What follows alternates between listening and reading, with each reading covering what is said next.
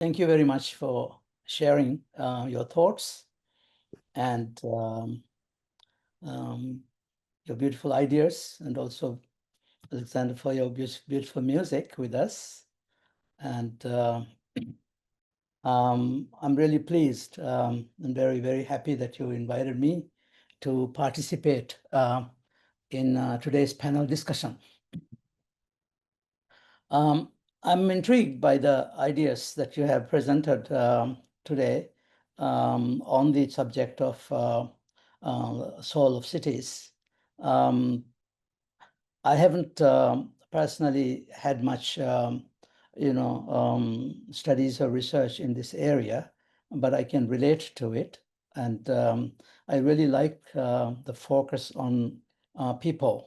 I think the soul, the concept of the soul of cities put people in the center. Although I also recognize that the soul is embodied not only in the people but also the environment within which the people live their experiences.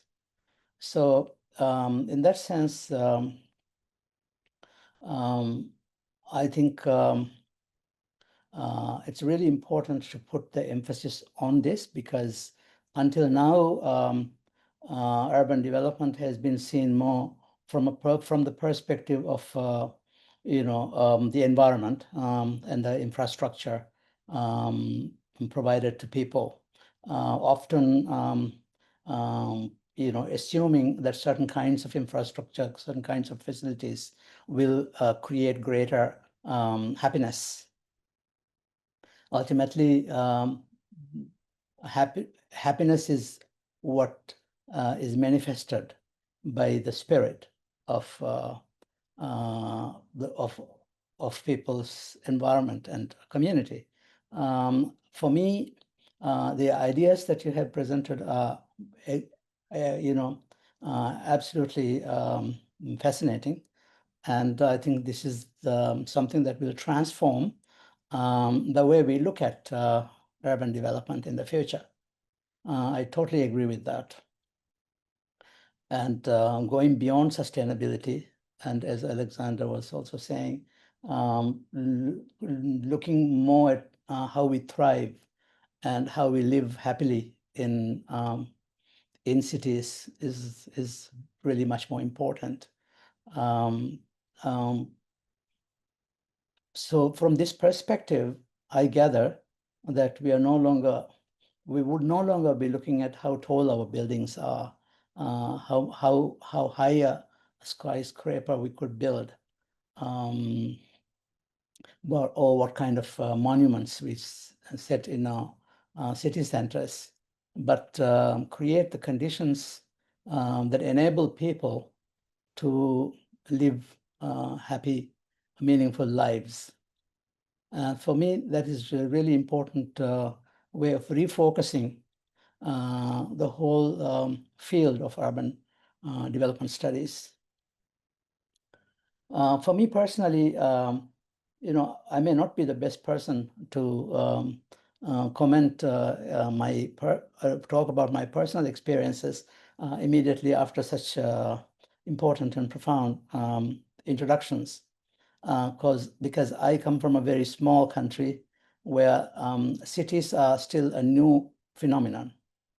We have only 2 or 3 cities in which we define size of the city as more than 10,000 people, because we are a very small country, and most of our communities are small communities of few hundred people, and at best few thousand.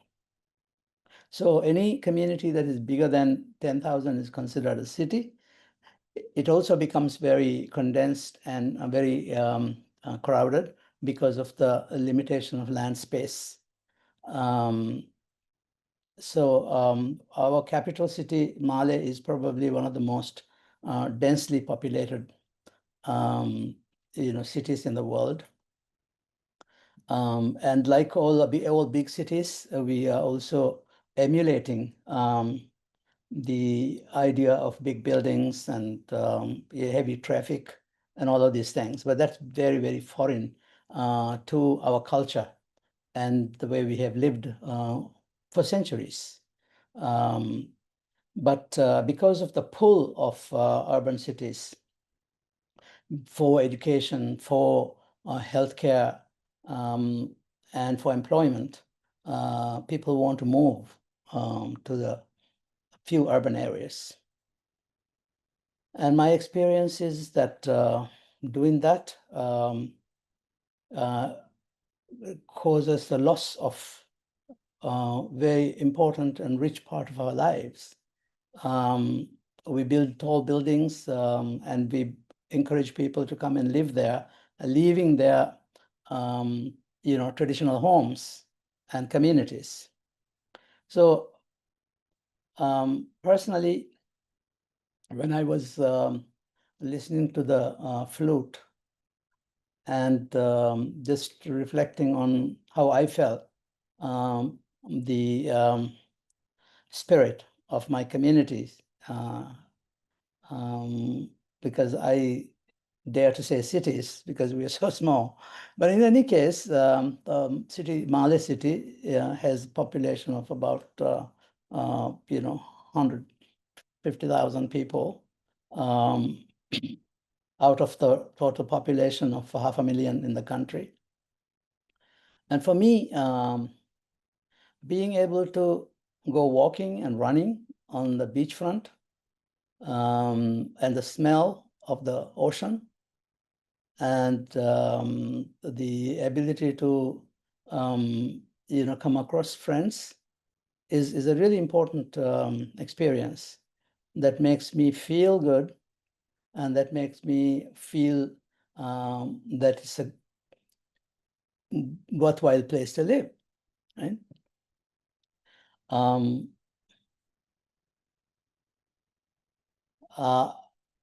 At the same time, I feel a lot of this is becoming very impersonal. You're losing the personal touch on some of these things. Why I mentioned to you about the rural urban movement. So there are also conscious efforts in the country to actually resettle people from very small islands where you have 200 or 300 people to bring them into the city. But when you bring them into the city or in a bigger community, you lose a lot of stuff.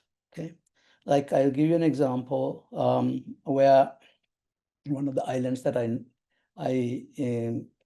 go to on a regular basis, the people of that island build community beds, like a big bed made out of wood of about 25 feet by 50 feet.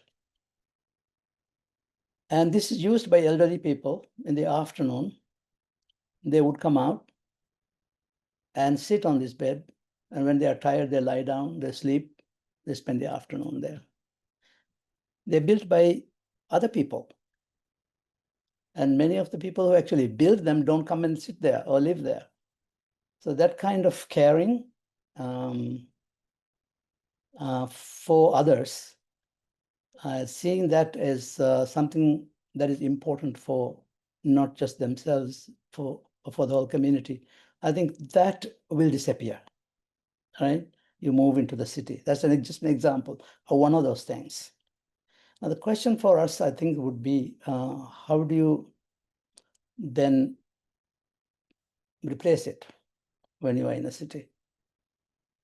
So,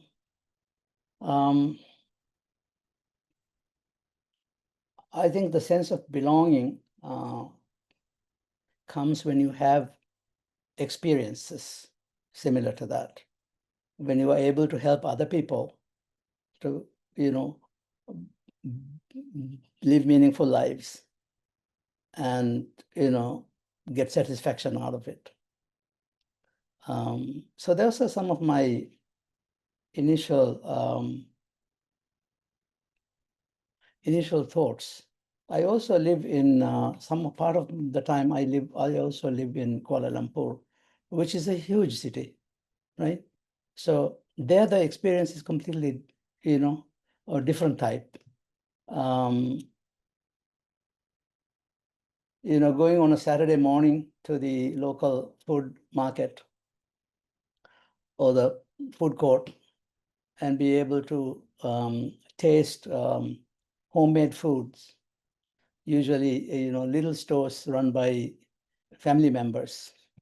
The authenticity, the simplicity, and the caring that you get there is also kind of thing that makes the city of Kuala Lumpur very attractive. Okay, it's not just the beautiful streets, and it's one of the cities with the best highways and roads, and also greenery. But in addition to that, I think this human element is really very, very important. So those are some of my thoughts, and I can see how the work that you're doing can refocus our attention on the kinds of things that I just talked about. Thank you so much.